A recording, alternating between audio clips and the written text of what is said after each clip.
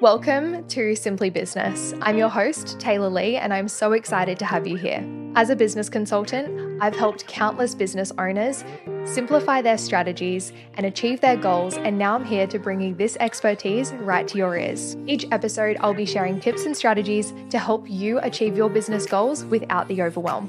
I will also be chatting with business owners and industry experts to share their stories, insights, and lessons they've learned along the way. Let's dive in and simplify your business. Alrighty, welcome to another episode of Simply Business. Today I'm joined by Daine, and I am so excited to get into this conversation. We've been pushed back because of Cyclone Alfred, and we're here and we're ready to dive in. So without further ado, Daine, welcome to the potty. Thank you so much for having me. It's my fifth and final one for the day. I'm pumped to be here. Got my first coffee in hand.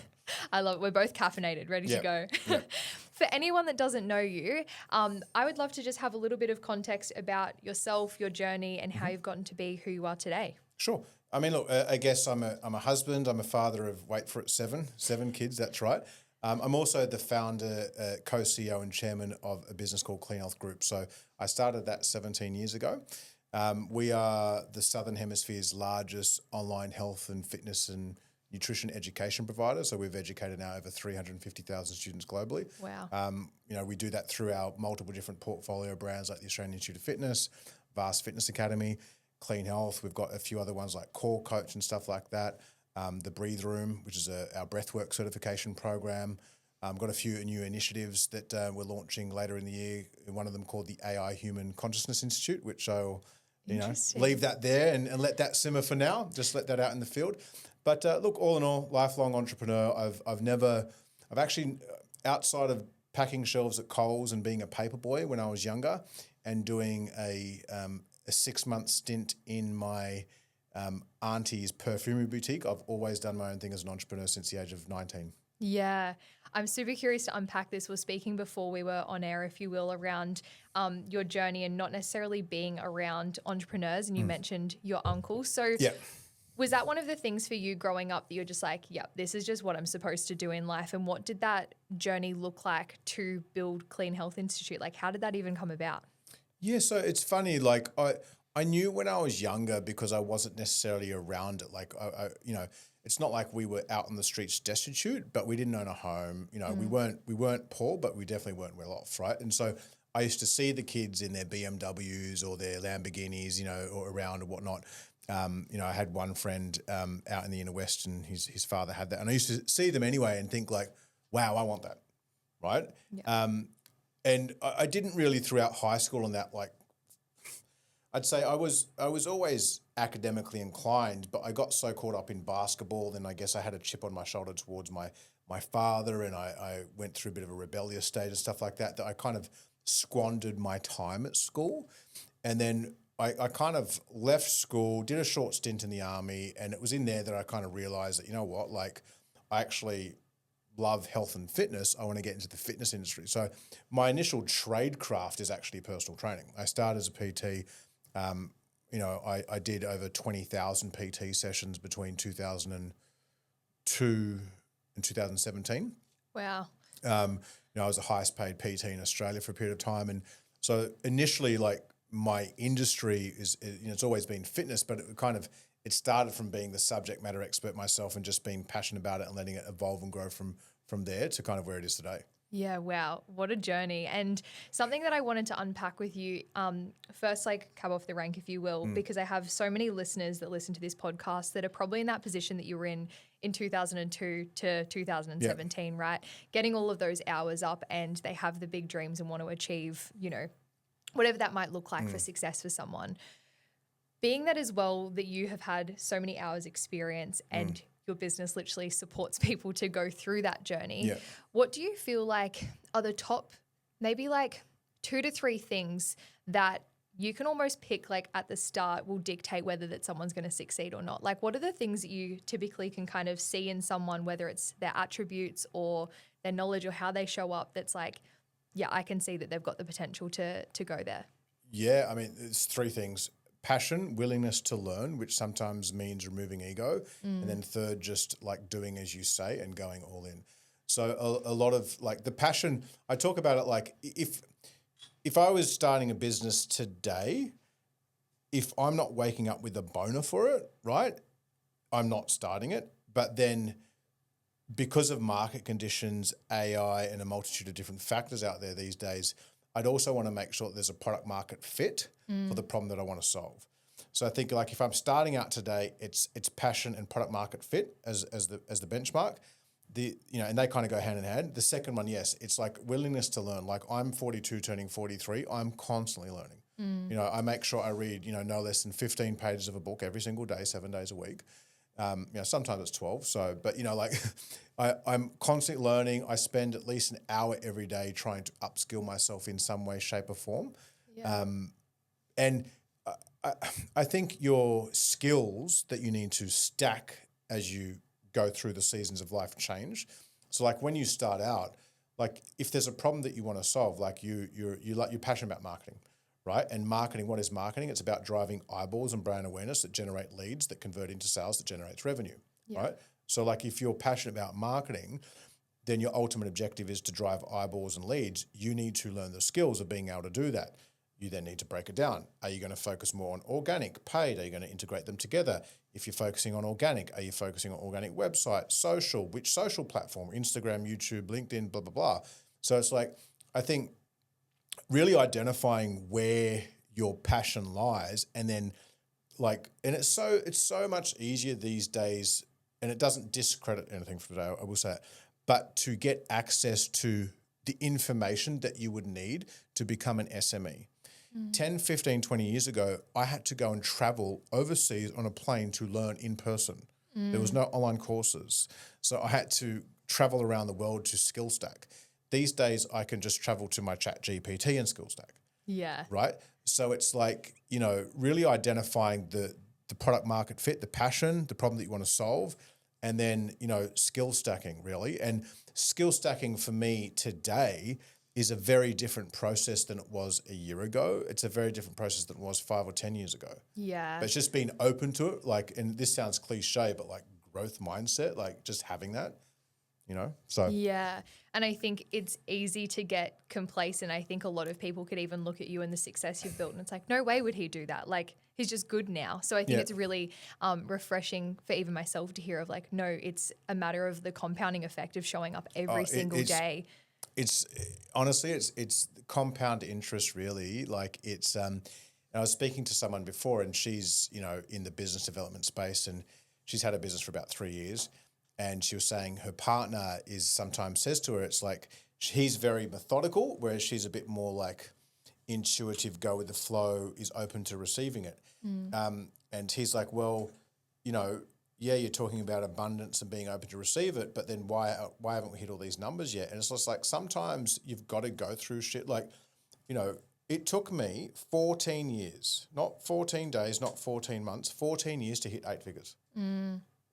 So put that in perspective, 14 fucking years to hit 8 figures, right? Yeah. And that was through trial and error, same brand, different business models within that brand. Yeah. But I didn't stop, right? If I'd stopped at year 12, I never would have unlocked the growth that I have now where I can go and consolidate a market and go buy out my competitors. Yeah. Right? So it was literally, I could see the top of the mountain, blah, blah, blah. I kept, I could see. I finally kind of got to there. But when I got there, I realized that I was still only at the bottom of the mountain.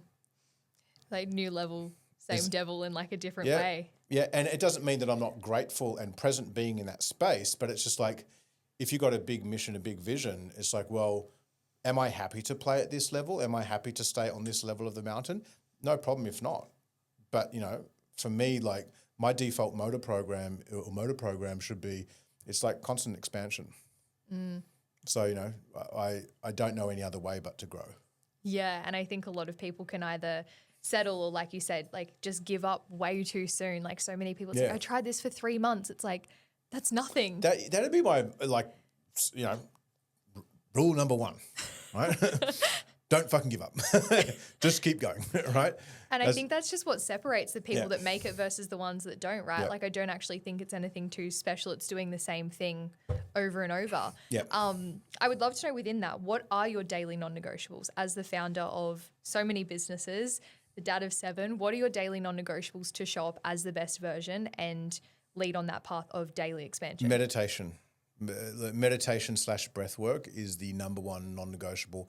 I haven't missed a day since I started doing it like extensively 6 years ago. Yeah, wow. 6 years ago now.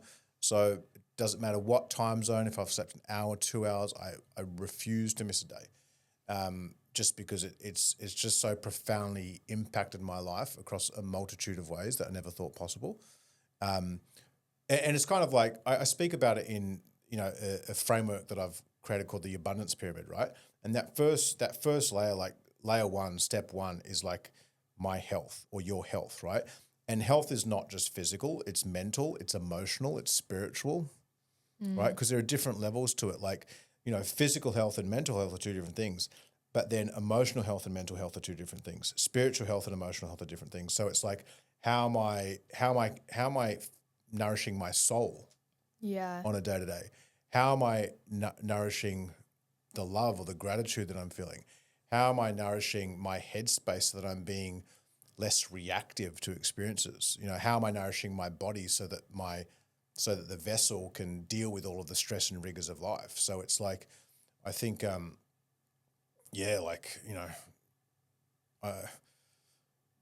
learning and evolving and growing, it's just such a cornerstone pillar of what I'm about.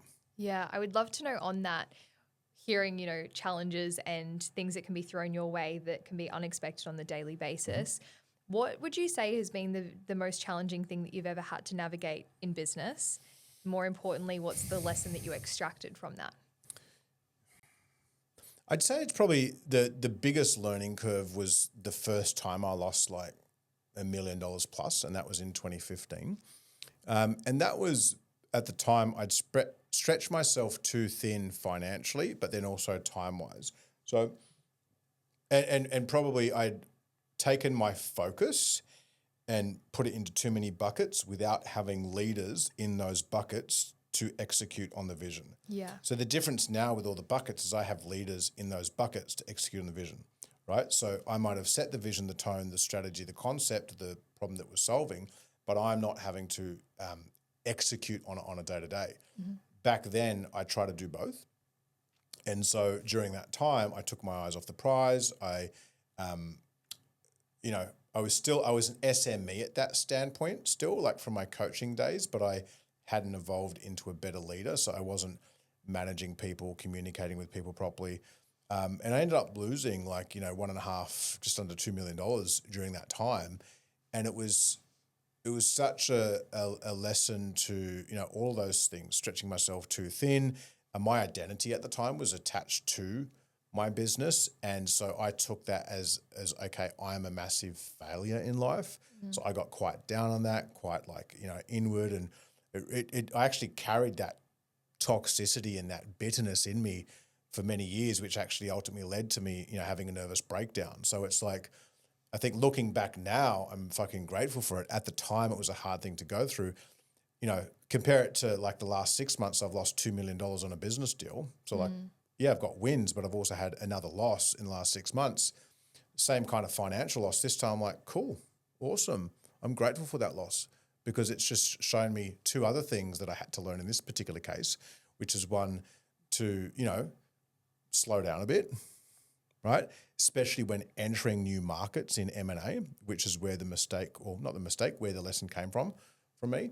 And then two, always remember to not impose what you believe to be your values onto someone else, because in that particular business deal, I assumed the values of the management team and the partners in that were the same as ours, as Australians, or mine more specifically, and they weren't. And it doesn't make them bad people. It just means that we weren't aligned, which ultimately led to the business not succeeding and me losing $2 million. Yeah. Yeah, wow. And it's just crazy to hear as well, where I think I'm even so guilty of this, where I almost think once I get to certain levels, I'm like, oh, mistakes won't happen. Like I've learned, but it's like, no, they truly do, happen, or lessons more so, like you said, they're going to continue to happen. They genuinely are. Like if you can, not to sound like a therapist, if you can reframe them as lessons, it allows you to process it far differently. Yeah. And kind of look at it from like observe the situation rather than kind of be in it and emotionally be reacting to it. And be a victim to it. And almost. a victim to it, you know. And that's the first time it happened, I was a victim and I carried that for literally half a decade. Yeah. Right? So it's like lesson to like, I have a saying now and, you know, rule number 2, failing to fail is failing. Yeah. Like, and you could add failing yourself. So failing to fail is failing yourself. If you fail to hit the point of failure, then you haven't stretched and expanded yourself enough to really test who you truly are and what you're capable of. Yeah. Yeah, I love that. Now, I want to take this and I heard in one of your YouTube videos, you spoke about shifting from a 6 to 7 figure mindset to an 8-figure mindset. Yeah. What does that transition look like? If someone's listening to this, even for myself, and I'm like, okay, cool, I'm sitting at multi 6 figures. Yep. What needs to shift in order for me to get there? And I think I've heard you also speak about leadership. I think that's going to be a huge piece. Yep. But I would love to hear you speak about that shift from that mindset to an 8-figure mindset. Leadership is definitely needed to get to 8 figures. It's more a compounding effect as you go to multi 8 figures, right? And it also depends on how you want to define it, because like you can have a business that's doing, say, you know, $10, $12 million of profit in a particular sector like online or ed tech, which actually, you know, so that's profit revenue might be doing 20 mil or 25 mil. You know, but the enterprise value of the business is actually worth 100 million. Yeah. Right. So like a business like that, like leadership is definitely more of a compounding fact. I think to go from like to be honest, to go to 1 million and even 2 million, I think today with AI, like if I could step back in, if I was starting again and I was just starting right now, you know, and kind of by myself starting out, all you need to get to 7 figures is to become the expert in your field. Now, that sounds like a very blanket statement, but what I mean by that is, you know, I think people like business coaching, right? I'm a business coach or a business consultant. Cool. In what niche? In what demographic? You know, like, because if you're just a business coach or a consultant, you're competing against this many people. Yeah. Like, what is the niche that you want to, like, are you working with clients that want to scale from, you know, 5 figures to 6 figures per annum within a particular segment, i.e. social media, whatever it is? So it's like getting a bit more clarity on that. I think you can get to 7 figures quite comfortably. When you start to go to above that and like multi, like 2, 3, 4, 5, 6, that's when probably 2 things come into play. One is you need to evolve, because going to 1, 2 million, you are the SME. So what's like, an SME for anyone? Oh, subject matter expert, right? Beautiful. So you're the person that in your particular realm I can go to and I'm going to learn from you. Yeah. Right? You're the expert. You can solve my problem, but you can only do that for so many people because you're one person. Yeah. Right? So when you start to go to 2, 3, 4, you need to have, by that time, have your prodigies, right? So that means you need to transfer IP to them, right? So that requires a level of mentorship, a level of leadership, a level of management, and also a level of process.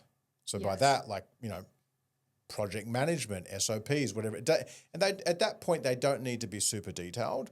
I think when you start to, you know, and you can take that, by the way, you can take that mentoring, delegation, that refinement of the systemization, and the fact that you've now got a bunch of people solving problems at 80 to 90% of what you're capable of, you can take that up to 8 figures, because now you've got a team. Yeah. You've gone from being the MVP of your own team running a 100-meter sprint to now, like, I'm the starting 5 of a basketball team, and all 5 of us together are going to be able to run further, jump harder than if it was just you by yourself. Yeah. Right. But then to go from 8 and into multi-8 and stuff like that, that's when you really need to start to, you know, I kind of have spoken about it recently. It's like systems scale, people don't. Yeah. And the great thing, like with tools like, well, let me reframe that, with partners, because I use the word partner for AI, with things like AI, you can actually build these things out a lot quicker, easier, and, to be honest, sharper than in the past.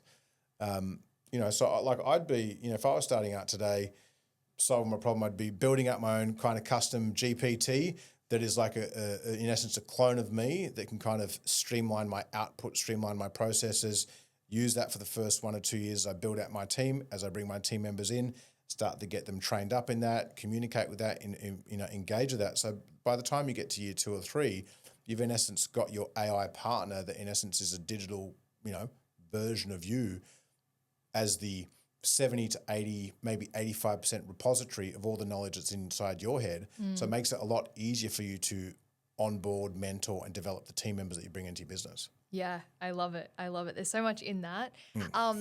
When it comes to leadership and management, this is something that I really struggle with. I'm the queen of micromanaging.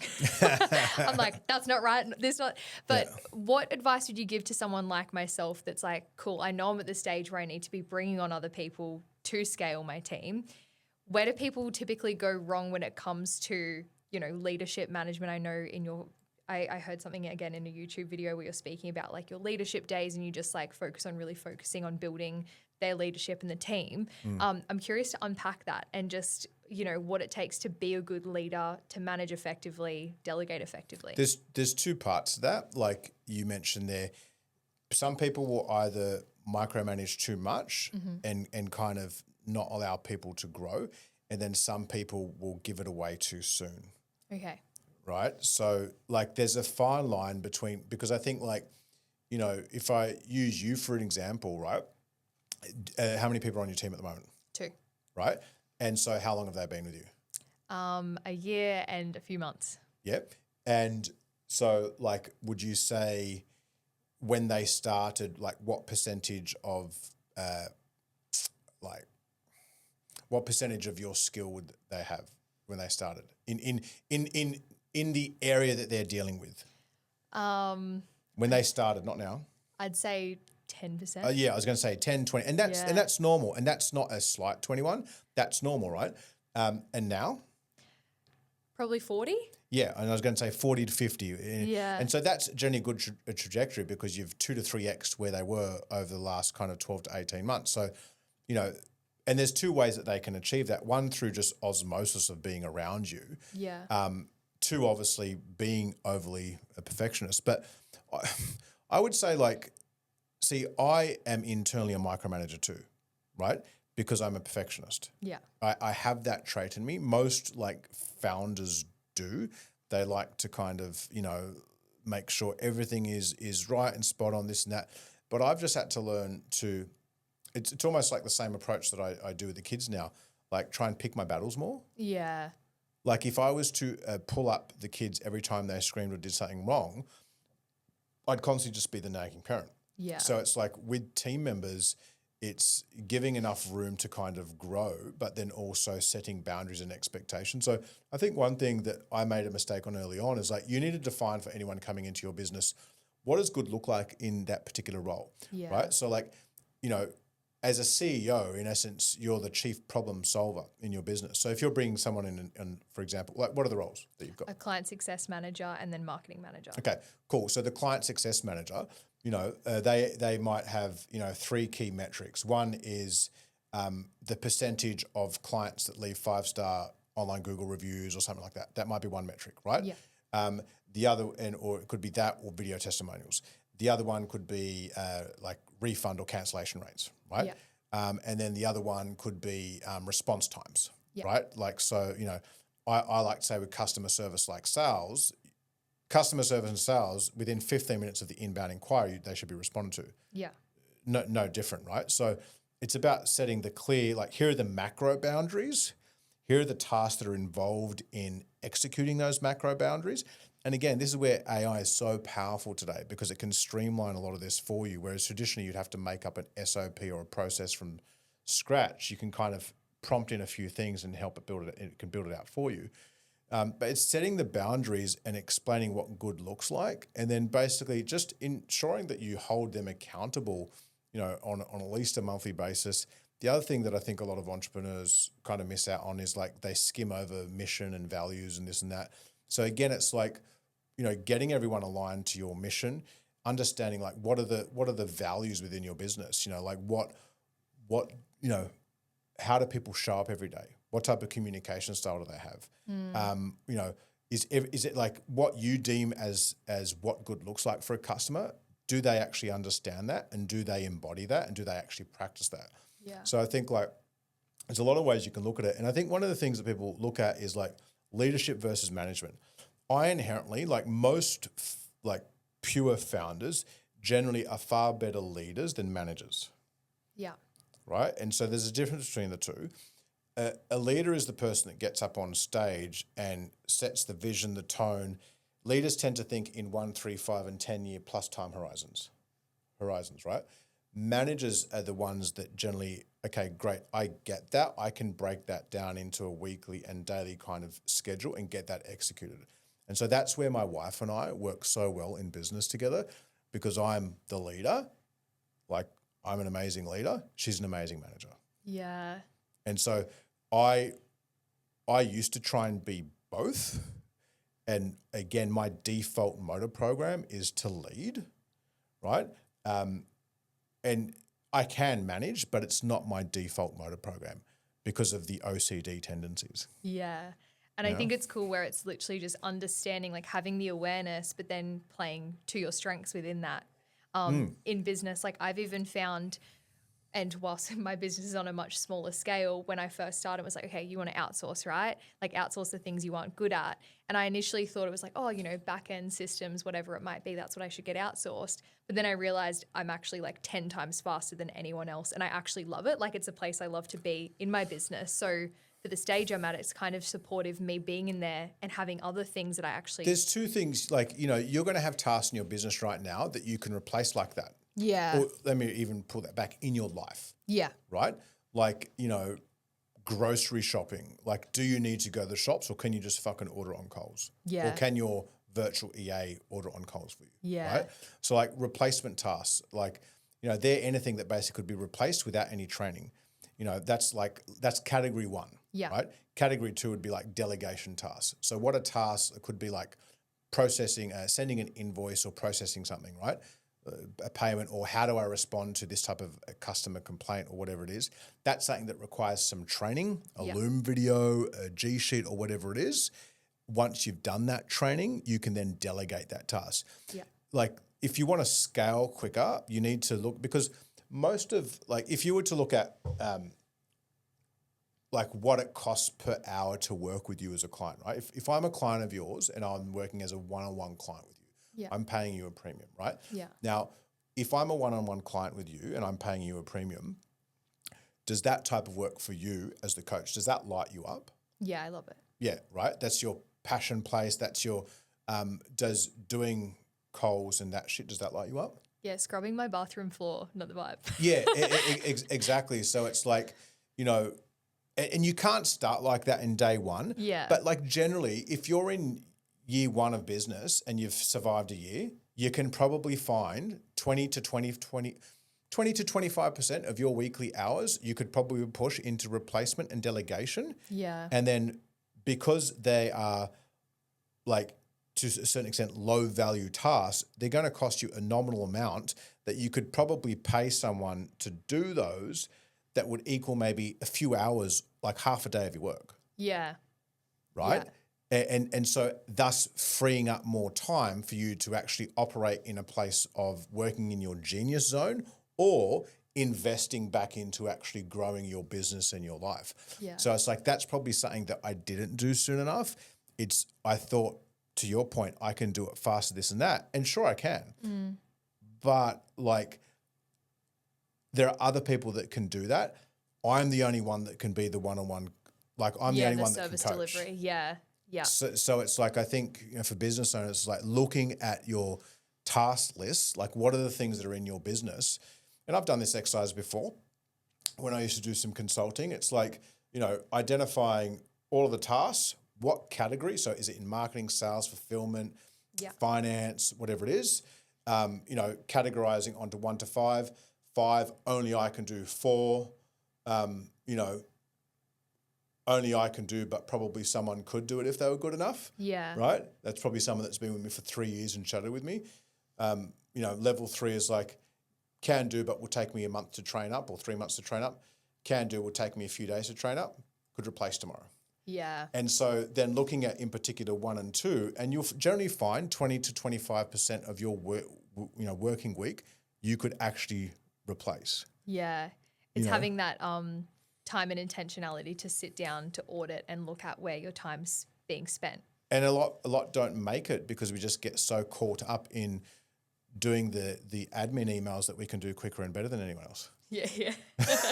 Because we're so used to it. I have to respond to this. Yeah. Because we're so used to it though, because you founded the business, you were the one who, was scrubbing the toilets per se when the business started. So you're just used to operating like that. But there is another way to operate. Yeah. Every time I realize there's another way to operate, like, how much time I've spent on my business today? 0. You know how much time I spent on it yesterday? And I'm talking about my core business, an hour. Yeah. I'll spend an hour on it tomorrow. I'm not going to do that all the time because it wouldn't grow, but I've built it to a point where It can operate without you. It can operate without me. Yeah. But I've had to level up the way that I interact with the world for it to do that. Yeah, 100%. I'm curious to pick your brains on, even for myself, like when you're at a stage, even just like financially, right, where it's like, and there's always going to be risk in business, but that understanding of, okay, well, can I hire someone full time? Does it make sense do you know what I mean? Like that next level, what does that kind of look like if I just, something tangibly I can kind of take away and go, okay, I could increase my client success manager's hours, or, I need to outsource this thing. And I've actually got So I would actually, and the other layer that I mentioned is that document. So you've obviously got task, a business category, importance factor, i.e. who, can I do it? Can I find someone else to do it? And then the other one is with that task, what do I charge for that? So for example, generally with 5 and 4, like i.e. like right now, I guess across my companies, I'm not the only one that can sit down and do a podcast like this, but obviously as the founder, I'm probably the person that people want to listen to the most. Yeah. So me coming and doing this is a higher leverage use of my time than getting on the person that's been with me for 3 years that's speaking as, one of the people that's worked with me for many years, right? So it's like identifying kind of what those tasks are, attaching a dollar figure to it, because a lot of the time you'll find that like, right now, you might be spending 10 hours a week on all those 1 and 2 tasks, but we've just calculated that when you do a coaching session with Daine, that you're getting $500 an hour. Yeah. Right? So you're basically saying, okay, I could get $5,000 from doing 10 hours with coaching people like Daine, which excites the fuck out of me. Lights my heart up, gets me passionate, or I can do monotonous stuff, which I could actually pay someone $20 an hour for, or less if they're offshore. Yeah. Like it's a no-brainer, but I just think a lot of entrepreneurs don't sit back and actually do that exercise that I spoke about. Yeah. And I think even for myself, the fear that can come with that is like, oh, well, will I have, the client to then fill that extra space that I have? But it's like... But sometimes you got to create... So, and that's a good point. And this is where we'll get, let's get a bit woosah. I was about to say, let's get fucking woosah, right? This is where you got to create space for it. Yeah. Right? So if you want to, people talk about manifestation, right? Manifestation is just basically the byproduct of you having certain beliefs, certain values, and being intentional and feeling worthy enough to receive that what you want. Yeah. Whatever that might be. Yeah. But because it's different for everyone, right? So it's like, an example with me recently is in one of my businesses, I've decided to sell one of my businesses off and I can't talk about it too much right now, but sell it at a lower market rate than say I would have gotten on it a year ago. And don't get me wrong, it's still a great market rate for it. But there was that part of me that was like, oh, it's worth more. Should I do it? And I'm like, but you know what? I'm not feeling that passionate about it. Mm-hmm. So, I'm just gonna follow my gut and agree to it, right? And so I've agreed to it, and we're finalizing things at the moment. But as soon as I've done that, within a week, other opportunities have arisen for me in things that I'm more passionate about, that I can see myself diving more into in the future. So it's like the receivership of the new client analogy. It might not be instantaneous, but it might also be. Sometimes you just, if you don't create the space, it's very hard to actually see what you're capable of getting. Yeah, and it doesn't always have to look like a client. It might be a bigger and better opportunity, like you said. And I think you could get an invite to a big podcast. You could be at the gym and then meet someone that has skills and a brand that you're like, oh fuck, that's a gap, and you develop a relationship and all that type of stuff. Yeah. Like you never know. Yeah, and I think it's a perfect segue to the conversation of blending the woo and the spirituality with the business side of things. Where I kind of want to go with this, you touched on worthiness, right? And I think this can be a lot for business owners. Clients that I work with, a lot of it is worthiness around prices or having the success or making money. Yeah. Talk me through even just your journey with, we were briefly speaking about it before we recorded. You said you were the very logical person. You're like, get shit done, do. And then you're now who you are now. Let's maybe start with your journey in that, and then we can kind of go from there. Yeah, so like initially, like I was brought up like I guess more of an old school British upbringing. Work hard, don't take holidays, work 80 hours a week. You know, like all work no play, right? Yep. And so my approach, like I didn't take between 2002 to 2010, I didn't take a holiday. Yeah. Right. I took work trips, but I didn't actually. So for like nearly a decade, I didn't take a holiday. Why? And I worked literally 7 days a week for nearly a decade.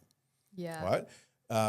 Because it was just all work, right? Put the work in, and it was constant push, hustle, grind. You know, Hormozy talks about it, you know. Yeah.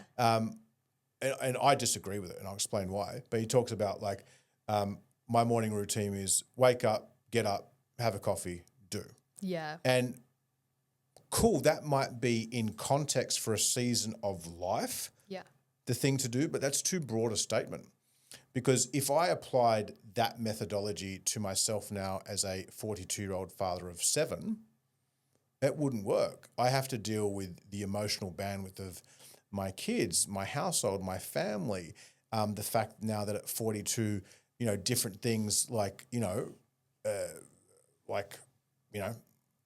I benefit now from more sleep. Yeah. You know, like in my 20s, I could 4 hours a night sleep, 5 hours a night sleep. I would do that 6 nights a week. And then I have a big recap day on maybe Sunday or maybe Saturday. Then I'd be good to go. I can do that now because of the willpower, but I'm not going to function as sharp as I know that I can. So it's like, I think the work ethic side of things is great, and you need that. But I think as I spoke to you outside before, it's like there are other things that are important too. So it's like that whole thing around, you mentioned self-worth. It's like, you know, when I started out, and I think a lot of entrepreneurs start out with this chip on their shoulder and a point to prove. And don't get me wrong, that can be beneficial to get you to a certain point. But at the end of the day, if you're approaching something from a chip on your shoulder, you're in essence signaling to the universe, let's get woosah, that you're inadequate because you have a point to prove. I have no point to prove. I could not give a fuck what anyone thinks of me. Yeah. You know, I used to, and I did use that as ammo for a period in my life. But what I found is like you end up doing things from a place of ego and for the wrong reason. You end up being more likely to burn bridges. You end up being more likely, like less compassionate and, nurturing and caring to yourself. I think entrepreneurship, when you go all in on it, and business and life can be hard enough without kind of throwing all these, labels and expectations on yourself. So it's like my approach now is, sure, I work hard, but I also make sure I play hard. So I have an unbalanced level of balance. Yeah. So what I mean by that is like I'll go through periods where I will put all the work in and do all that. Like today, I left at 5:45. I'll get back to my hotel at 9:30, literally working through. Yeah. Right. So it's like a 16-hour day. But then tomorrow I'm not doing shit. Thursday I'll do a half day. A Friday I won't work either. Yeah. So I kind of batch it now. Yeah. And it's literally working to your strengths and supporting your overall values. And I hear you speak about this as well, of getting really clear on what your version of success is as well. And I think that's where it's so easy to adopt other people's version of success. And I've never heard someone else speak about the polarizing opinion to Hormozy, and I see his content. I respect everything he has to say, but that as well, being a woman as well, I'm like, it's actually impossible, and it's impossible for me based on my values. Well, and so like, and again, it's not like I agree with it like in certain seasons of life, but at the end of the day, like I can tell you, if I woke up and didn't do my morning routine every day, if I didn't do my meditation, do all that, would I still be able to do what I'm doing? To a certain extent, yes. Would I actually enjoy it? Probably not as much. Yeah. So for me, it's about filling my cup, and everyone has a different level of cup that needs to be filled. Yeah. Right? So it's like I feel it's too broad and clickbaity type of statement to make. I don't believe it takes into consideration individuality. And, forget gender or anything like that. Like just the fact that like everyone's going through a different experience. Like that's basically like saying I have no empathy for you because you're feeling a bit depressed. Yeah. Or a bit anxious. Like I had a day a few days ago where I didn't sleep. I was feeling some certain things, and throughout the day, I just had anxiety. And, now I can kind of identify that and sit in it and feel into it and breathe through it. But, 5-6 years ago, I couldn't. And that type of like why I don't agree with it, because I had that mentality, and that mentality led to burnout, which led to near suicide, which led to me nearly losing my life and my family and my loved ones and my kids growing up without a dad. Yeah. So like that's why I don't take offense to it, because like that's your opinion, bro. I don't like, cool for you. It's just not mine. Yeah. Yeah. And I love to hear that, you get to have the success and you get to build it in a way that supports your values and supports the human that you are as well. Because I think a lot of people think it comes with sacrificing your relationships, your body, your health. I don't want that for my kids. My kids are watching me right now. Yeah. Right? Like my 7-year-old boy, he's already started his own business. Yeah. Right? And right now we're having these interesting discussions about money every day. He's asking me about interest and this and, what's this worth and how do I do this and blah, blah, blah. And it's like, well, I don't want to be telling him, no, son, get up every day, drink a coffee, just fucking work. Oh, you're feeling sad. Oh, no, don't worry about that. That's just work. Yeah. Like I refuse to do that to my kids. So it's like, I think, like everyone's different, have a bit of compassion for everyone's environment and scenario. And, like, look, some days like today with Lino from Men's Medicine, we ended up like, meditating for 20 minutes and just literally talking and broing out for 2 or 3 hours to start the day. It was meant to be like 1.5 hours, but time just went by and it was 3 hours. I'm like, well, was I productive in my business? No, but I ended up having a lot of productivity from a human to human connection. Yeah. And just really getting to unpack life with a brother from another mother. Yeah, that's really cool. I would love to hear your perspective on money. I feel like I love hearing from people that have a really abundant mindset, and you just speaking about relationship with money and understanding money with your son. What's been your journey with your relationship with money, and how have you progressed that An up to and be down one. Where it is now? Yeah. So like obviously growing up in the environment that I did, it was a very save your money and like a scarcity mindset. Like, you must work, like Alex Hormozy said, for 100 hours a week. Because that's why I can empathize with you. You must work like this to have the greatest chance of getting, not receiving, getting. Yeah. Getting, like I'm going to take it. You don't take money. Money is energy. You receive money. You send money out, you receive it back. You circulate it. I don't spend money, I circulate it. Because if I spend money, it indicates or it's signaling that it's never coming back. It's gone, yeah. Right? So it's like, but again, my relationship with money was not that before. So, and in particular, like I realized up until, so like I kind of broke through my parental kind of programming around that. And in my early 20s, you know, I think, you know, at 26, 27, I was earning like, you know, 500 grand a year as a PT in 2010 or whatever it was, right? So, you know, with inflation, that's like, you know, $1 million now, right? Or whatever it was.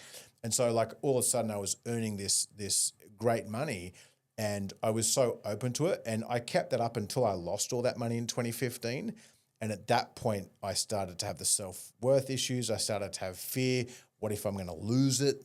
I'm going to lose it now, you know, because I just continued to receive it and grow it without knowing what I was really doing.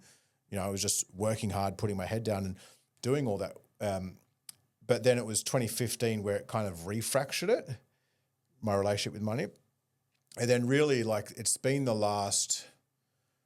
it's been the last 3 to 4 years where I've finally kind of opened up to that place of like, I'm worthy of becoming a billionaire. I am a billionaire. I experience life as a billionaire. And kind of, you know, that's how I approach my life now. And, you know, a billionaire never worries about receiving money.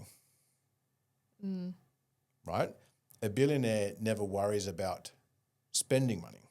So it's like my approach is like that, but I also make sure, coming back to the first thing that we spoke about, that whatever problem in the market that you're trying to solve and consolidate, and in essence, not from a place like that, but trying to like dominate a market and own a market, is making sure that you've got the skills to back it.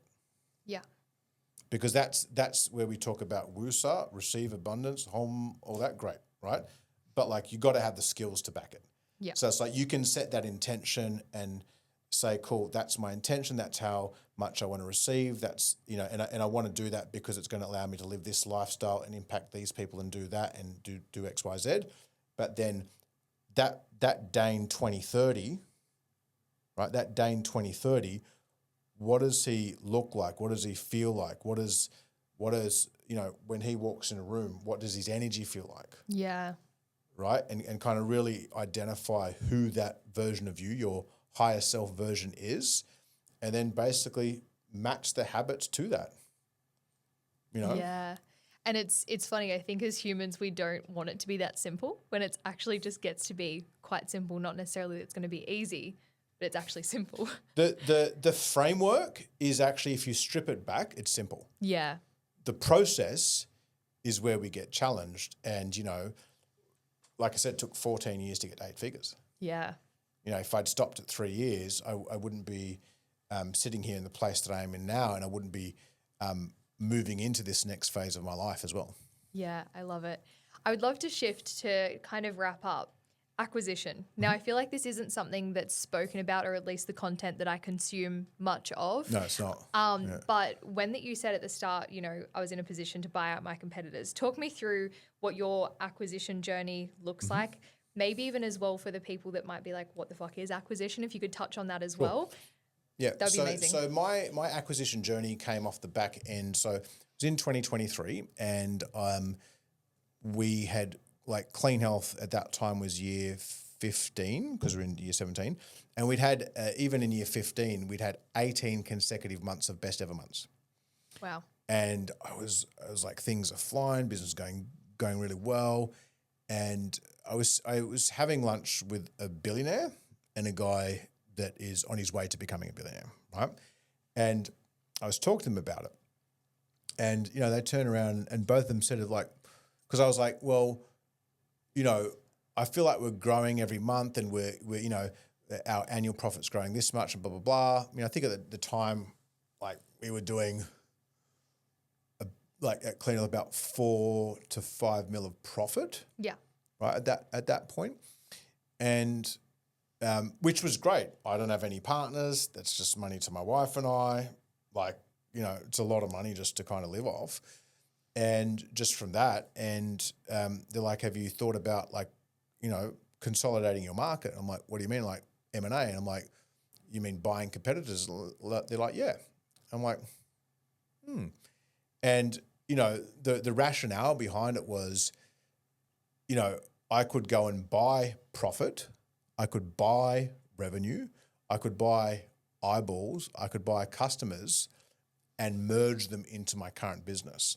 So an example could be you could be a marketing agency, a full spectrum marketing agency, and you do SEO, you do social, you do this and that, but then you don't really offer a specialized service in optimizing YouTube. Yeah. Right? But there's an agency that's doing 1.2 million in revenue on 500 grand profit that specializes specifically, coming back to niche, what we spoke about, on scaling YouTube.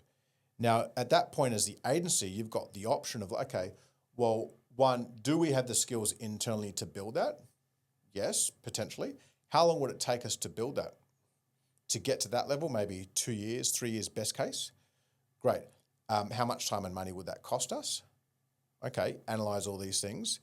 Now, on a 500 grand business, if it's remote working, on that kind of EBITDA, might be anywhere from a 2 to 4 times multiple on that. So like for $1 million, I could invest $1 million, pick up 500 grand profit to go into my 4 million in profit.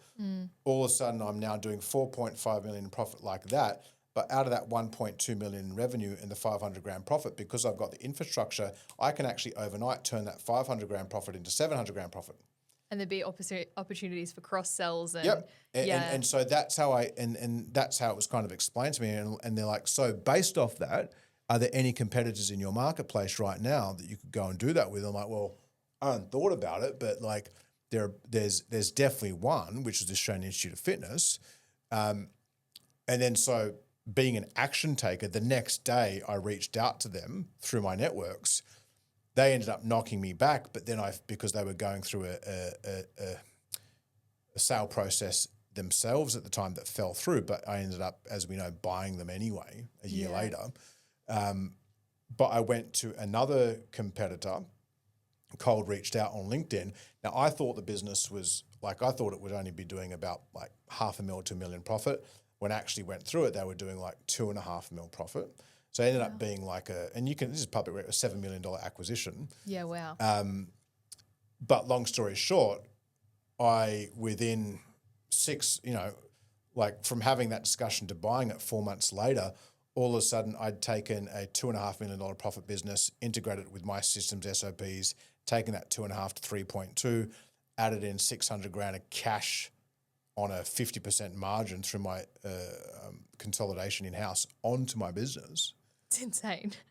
Right? Like in one day. Yeah. So it's inorganic growth. So it's the difference between most entrepreneurs are focusing on organic growth. Yeah. I did that for the first kind of 15 years. Since I've gone into inorganic growth, I now have a 9-figure asset portfolio of businesses.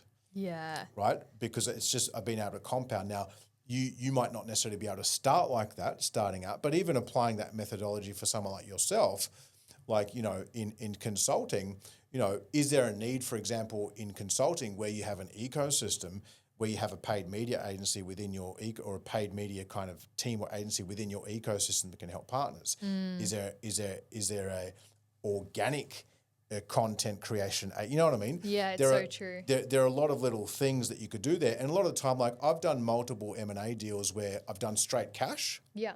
Right? There's other ones where I've done cash down and deferred payments. And then there's other ones where I've done share rollover, i.e. based off our enterprise value and your business value. Let's just say our business is worth $1 million and your business is worth 100 grand. We'll give you, 10% shares in Topco for your 200 grand business type thing. So there are other ways that you can do it. And so obviously since doing that, we've done 5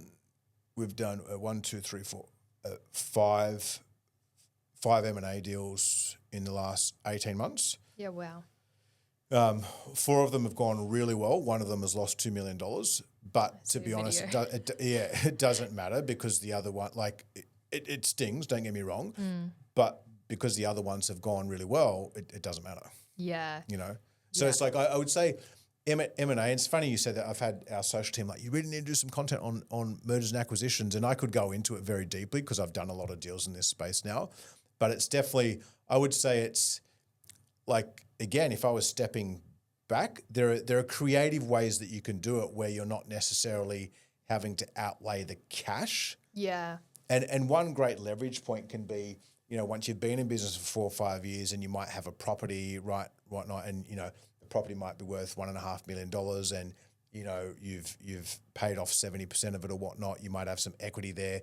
You can do some of that on corporate finance to leverage, to buy, other business and stuff like that. Wow, I didn't know that. Yeah. So again, using your equity position so that you're not actually using not all of your own money to finance some of these deals. So we've done over 25 million in acquisitions in the last 18 months.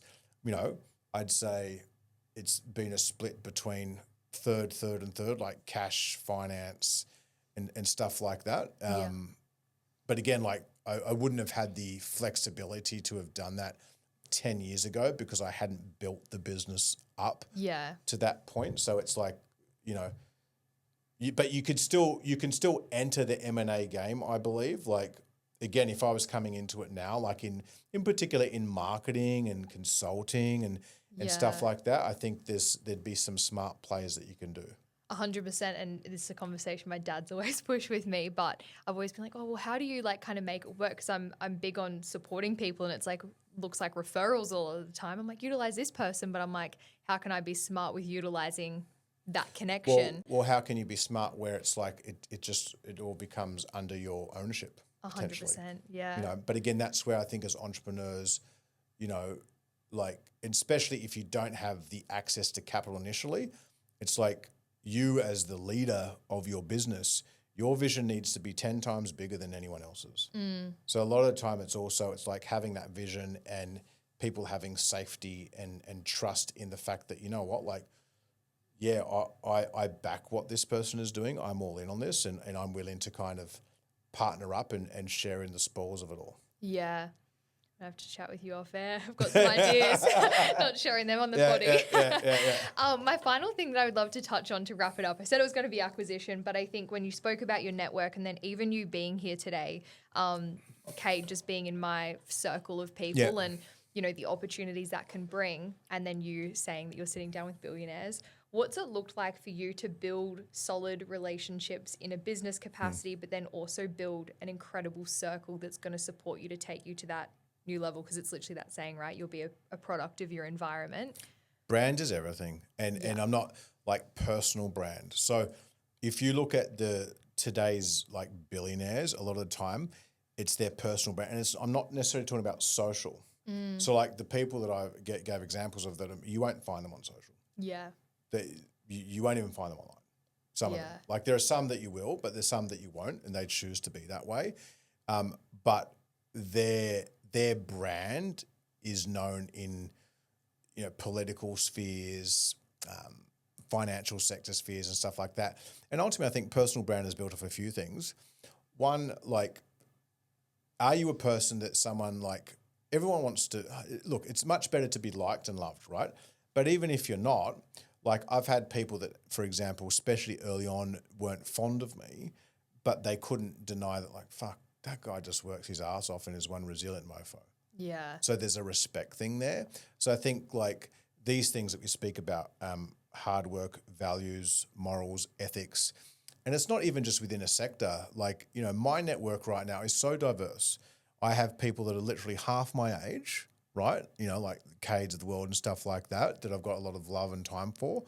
But then I've got people that are double my age. Yeah. Right. So like I've always considered myself as someone who can, I can sit down with the boys and fucking talk shop. And then I can also sit down with the shaman woman who wants to talk energetics and stuff like that because I'm just open to it. Yeah. So I think it's like, and I believe in karma, never judge a book by its cover, and always give people the time of the day. Yeah. Because you never know what doors are going to open off the back end of it. Yeah, I love that. Good way to finish it off. That's all right. Thank you so much for taking the time to be on the podcast. That's okay. That was such an incredible episode. I'm going to be listening back to it. For anyone listening, where can they follow you? Where can they find, your content? I know you've got a YouTube channel. Where should they go? You just, at Daine McDonald on YouTube and Instagram. I'm trying to be more proactive in getting content out these days. I think the first part of my career was all about building up an asset that wasn't reliant on me. Yeah. Whereas I think, again, part of learning, evolving, and growing, like personal brand in particular through social is the modern day currency. Yeah. So it's like, just sharing my journey, and I always tell people, like, DM me if you've got any questions. I'm more than happy to give time, and yeah. Amazing. Thank you so much. That's all right. You're welcome. Thank you. And that wraps up another episode of Simply Business. Thank you so much for taking the time to listen to today's episode. If that you enjoyed today's conversation, please feel free to share it onto your socials and tag me. I love seeing all of your shares and feedback on the episode. If that you're feeling extra generous, please feel free to follow me over on Instagram, Facebook, or TikTok at Taylor Lee Consulting. And a like and subscribe wherever you listen to this podcast would be greatly appreciated. I'll catch you in the next episode.